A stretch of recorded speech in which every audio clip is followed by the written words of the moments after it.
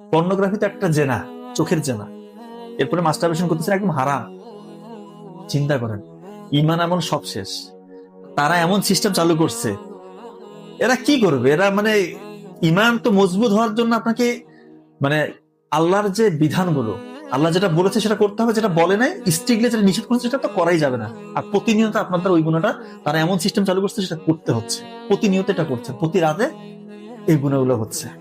ছেলেরাও করছে, মেয়েরাও করছে। শেষ কারা মাথা চড়া দিবে? তাদের সাথে যে যুদ্ধ করবেন, ইমাম মাহাদি আসবে, তার পিছনে যে যুদ্ধ করবেন, ওই মানে আপনার ওই ইমানি শক্তিটাই আসবে না। আগেই আপনাকে শেষ করে দিচ্ছে, গোড়া থেকে কেটে দিচ্ছে আপনাকে। আপনি কি যুদ্ধ করবেন? এমন সিস্টেম চালু করে দিচ্ছে, দেখেন, চিন্তা করেন। তারা যে একটু চিন্তা করবে, আল্লাহর সৃষ্টি নিয়ে চিন্তা করবে, কোরআনটা নিয়ে একটু রিসার্চ করবে, হাদিসগুলো পড়বে, নবীজির জীবনটা পড়বে, কিসের কি সারাদিন আছে এটা নিয়ে।